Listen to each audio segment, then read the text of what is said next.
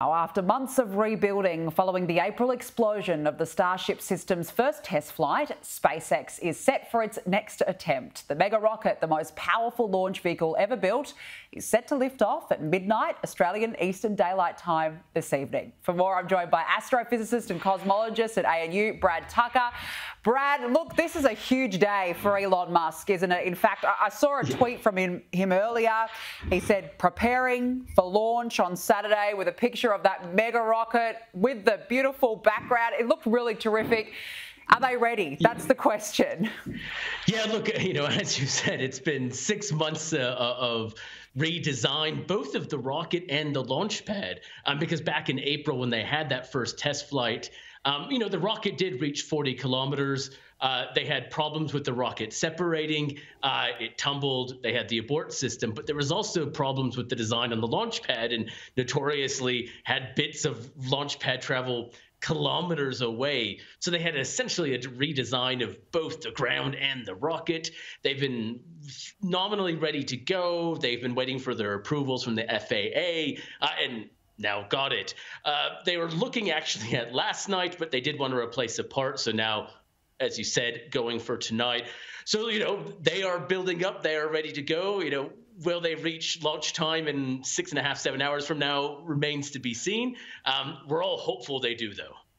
How much is riding on this? Do they need to get this right this time round? I think they have to make progress after the last time. I think that's probably the key. They reached 40 kilometers. Ideally, they would like to reach what we call orbital speed. So this rocket is not designed to stay in orbit. The rocket, the bottom part, the mega booster, will splash down off the Gulf Coast of Mexico, whereas the Starship, the top part, will reach orbital speeds but not go into orbit around the Earth and belly flop essentially off the coast of Hawaii. So you kind of want to get higher and longer than the last flight to at least show progress. It will be a bit of obviously a sad setback if they don't do that. I don't think it has to be 100% perfect. SpaceX is notorious for learning from their mistakes and moving relatively fast. So I think if they can say, hey, we've made progress, clearly have progress since that last launch, and pretty well have gotten it there, I think that will count as success. But hopefully, we all hope the mission works entirely. Absolutely. All right. Well, midnight Eastern Daylight Time, and we'll be watching with a keen eye. So looking forward to hearing how that one goes. Now, let's move on, because James Webb, the fundamental telescope that we speak about quite frequently, has revealed a sandy surprise in a distant planet. What is it? Yeah, look, a lot of the planets we have found, we've only been able to measure the mass, how heavy it is, the size, how far it is from its sun. And in this case, this planet, which has been known about for a while, WASP 107b, it's always been, we call almost a wispy or cotton candy-like planet. It's almost the same width as Jupiter, but a lot less dense. And James Webb looked at the atmosphere, what was in the air or the composition of this planet, and found lots of water vapor and lots of sulfur dioxide. That's not entirely surprising, but makes it for hot and stinky. But also sand in the form of essentially gas in its atmosphere. So this temperature on the planet will get about 1,000 degrees Celsius. That's hot enough to turn the silicate, sand, into a gas. And this is the cool thing. Enough of it can actually condense into the form of clouds. And when those clouds get dense enough into the colder parts of the planet, can actually turn to rain. So you're talking about a planet that we think can rain sand. And if that sounds strange, it is. And this is the excitement around this object. It does sound very strange, but certainly would catch anybody's attention when you say it like that. Right. So there you go.